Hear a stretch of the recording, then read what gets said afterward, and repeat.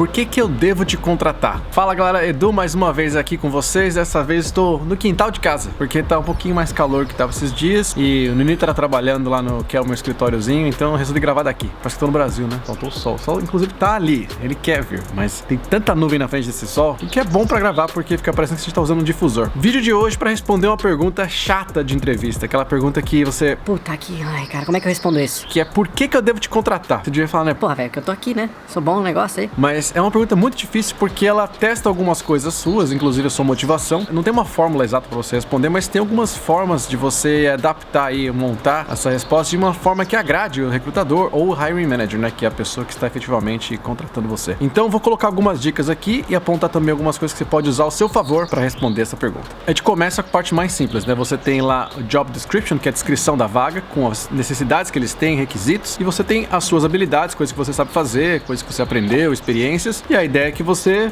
cruze esses dados e você apresente aí, então, por isso eu estou sendo contratado, porque eu tenho experiências que você está procurando. Essa é a forma, digamos, esse é o feijão com arroz aí. Arroz com feijão? Feijão com arroz. Esse é o básico dessa estrutura, certo? Só que você tem que pensar o seguinte, quando a empresa está te entrevistando, eles estão entrevistando outras pessoas que também têm esse mesmo match, que foi o motivo deles estarem lá, né? Então, a pergunta para você, né, de você e não outros, é você pensar o que eu tenho das habilidades que eles procuram e das minhas aqui, que vai não só cruzar, mas é o que eu posso agregar valor para esse cargo. Como é que eu trago mais valor para esse cargo? Bom, essa é a pergunta que pega todo mundo, muita gente fica despreparada para esse tipo de pergunta, e eu vou dizer a primeira coisa que você tem que ter como estrutura para você a primeira coisa, você tem que saber sobre a empresa que você está se candidatando, conhecer essa empresa, estudar ela, entender o que ela faz, os produtos que ela entrega, as missões que ela tem, a visão da empresa, entender um pouco do seu time, né, que você vai operar, da operação que você vai trabalhar, a equipe, se você souber já qual é, ótimo. Senão você vai fazer essas perguntas, você pode fazer essas perguntas até durante os processos de entrevista, entender que equipe que você vai fazer parte, o tamanho dessa equipe. E a terceira coisa, claro, é a sua função específica. Então é como se você fosse afunilar, né? Para a sua função específica, como é que essa função específica trabalha e contribui para esse time, que trabalha e contribui para a empresa como um todo, né? Para a visão da empresa, a missão da empresa, os objetivos deles. Segunda coisa, você vai ter que fazer é sempre montar o seu pitch, né? Montar seu argumento de venda, seu argumento de se apresentar. Então você vai ter que estudar isso. Não é uma coisa que você vai falar de cabeça, lembrei aqui, acho que vou falar isso. Dá uma estudada para você treinar, até pela questão de usar os termos certos e adaptar esses termos. Que vem pro meu terceiro ponto aqui, já falei pra você, dei um spoiler, que é de adaptar os termos. É você conhecer o linguajar, né? Como que eles usam as palavras-chave, como é que eles usam terminologias e adaptar pro seu pitch parecer mais pra aquela empresa, não ser um pitch genérico do que você pode ser, porque você, né? Porque você nessa vaga, porque você nessa empresa. Então é você deixar um pouquinho mais adaptado pra essa versão, é você fazer o tailor, né, que a gente chama, é você adaptar pra essa versão daquela empresa específica pra ser mais próximo do que eles estão procurando, soar mais natural para eles. E aí meu quarto ponto, e talvez o mais importante, é que você tem que resolver um problema para eles. Não adianta você se vender pelo que você faz, e sim pelo que você vai resolver para eles. Porque quem está contratando é para você resolver um problema para eles. Você vai corrigir as coisas, ou vai ajudar, solucionar, ou crescer, ou vender mais, que seja para eles, não para você. Você não vai vender mais de você, você não vai comprar mais de você, você não vai ter que melhorar você enquanto profissional. Claro que vai usar todas as habilidades que você tem, mas para ajudar eles no problema deles, na empresa. Como é que aquela empresa vai sair daquele problema, ou resolver tal coisa, resolver o problema para alguém, seja para a empresa, seja para aquela pessoa que está lá te contratando, o hiring manager daquela equipe, que ele tem algum gap. E aí que vem você entender qual é esse gap, que é uma coisa que você vai ter que buscar durante essa entrevista, ou você pode apresentar lendo pelo próprio job description, você vai entender um pouquinho do que eles estão procurando e isso vai te dar aí insights do que você precisa apresentar. Estrutura básica, tá? A outra parte é mais de como você vai montar agora seu body language, como é que você vai se posicionar e responder essa pergunta. Primeira coisa que você vai fazer, você vai mostrar entusiasmo, energia. Não adianta você responder, pô, eu sou bom porque... É energia, você falar olhando nos olhos, você se posicionar, talvez, né, encher o peito mesmo, você se posicionar de uma posição mais pra frente, você olhar nos olhos, falar com muita mais confiança, né? Trazer essa confiança no que você tá falando. Em vez de você falar, tipo, bom, boa pergunta, hein?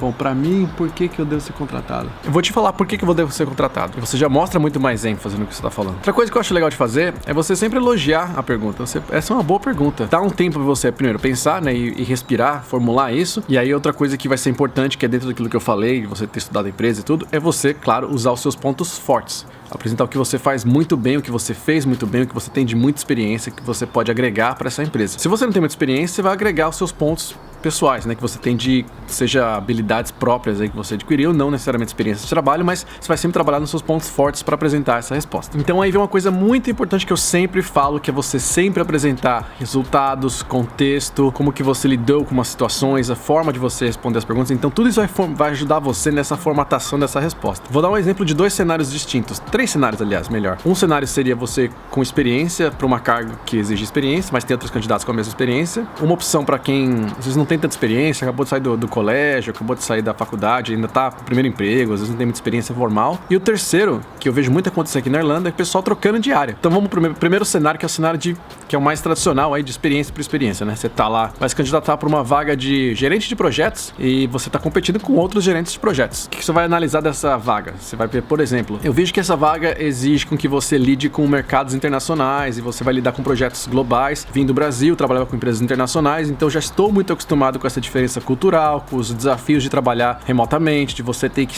persuadir uma ideia e apresentar uma ideia remotamente, seja por videoconferência, o que for. Então eu conheço muito bem disso. Isso é uma coisa já que você está agregando ao seu valor. Outra coisa, por exemplo, para um gerente de projeto, né? Geralmente, gerente de projeto gerencia um individual ou individuais naquele papel do projeto e não enquanto performance, né? Como um todo. Geralmente tem um gerente de pessoas separado. Mas tem gente que tem experiência nos dois. Então, se você tiver, por exemplo, uma experiência nos dois, você pode falar: eu também tenho experiência gerenciando pessoas, liderando em performance, desenvolvendo planos de carreira. E isso vai agregar muito, porque eu posso ajudar esse time a se mover de um ponto A para o ponto B. Eles chegarem aí num próximo nível de qualificação profissional, de performance, porque eu sei como trabalhar nisso também, trabalhar neles no lado gerencial de pessoas, não só pelo projeto. Outro diferencial, eu vi que esse projeto também lida muito com o mercado brasileiro e eu falo português fluente, conheço o mercado brasileiro porque eu sou do Brasil e isso pode ser um plus, isso pode ser um adicional. Então você sempre pensar em alguma coisinha que vai ser um adicional, um diferencial e como isso ajuda as coisas a serem mais fáceis para essa empresa. Então esse é um exemplo de profissional para profissional. E aí, claro, você pensar no que esse cargo, né, tá tentando suprir de necessidade e como é que você agrega esses seus atributos para essa necessidade. O segundo cenário é o cenário do qual você não tem muita experiência, e aí você não tem muito o que falar sobre isso. Então você vai ter que trabalhar mais nas experiências que você teve com trabalhos voluntários, trabalhos em colégio, projetos que você fez por conta, freelas. Se você não tiver experiência com isso, então eu recomendo você já começar,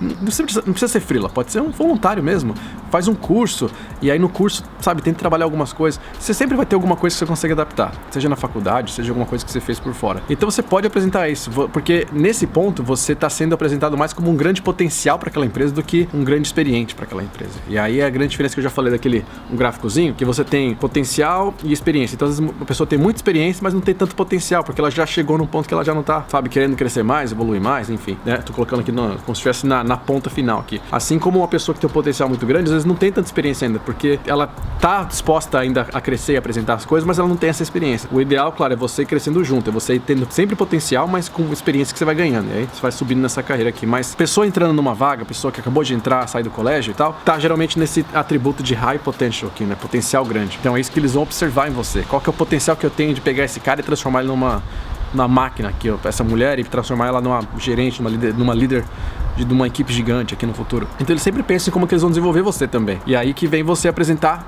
esse seu potencial. É você falar: fiz projetos, eu sei que eu não tenho muita experiência na área de trabalho, mas eu fiz grandes projetos na minha faculdade. Teve um projeto que eu liderei, que inclusive ganhou o prêmio de melhor projeto do semestre. Teve um outro projeto que eu fiz no qual eu tive que usar habilidades técnicas, que eu acho que vai ser importante aqui. A outra eu tive que trabalhar muito e persuadir gente de outras turmas na faculdade, então eu aprendi essa técnica de persuasão, de como trabalhar com equipes diferentes.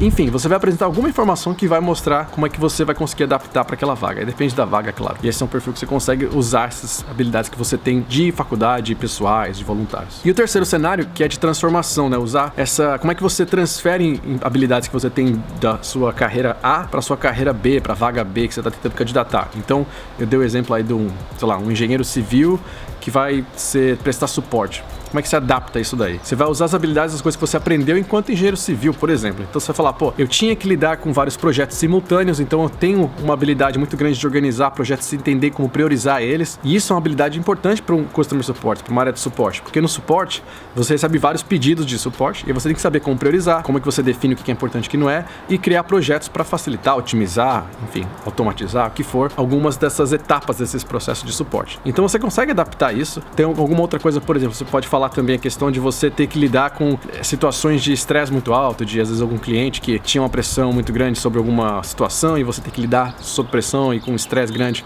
nessa situação e manter a equipe calma, enfim, que também acontece em suporte. Você lidar com uma situação, às vezes tem um cliente muito bravo e puto da vida e você tem que acalmar o agente, enfim.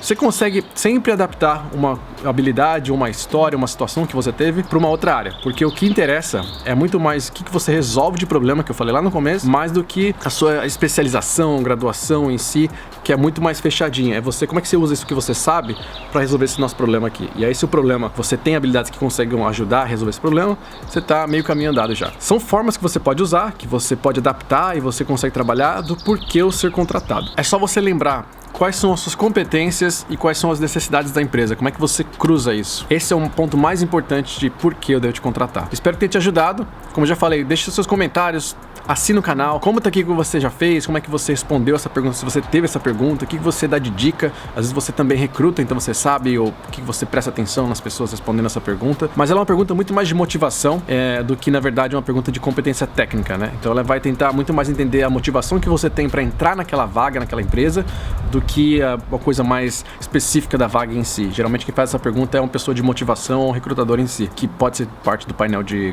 contratadores. Então, essa é a minha dica para vocês. Espero que tenha ajudado vocês. Espero que ajude, inclusive, em futuras entrevistas. A gente se vê semana que vem de novo, beleza? Agora, tchau, que eu vou aproveitar o quintal.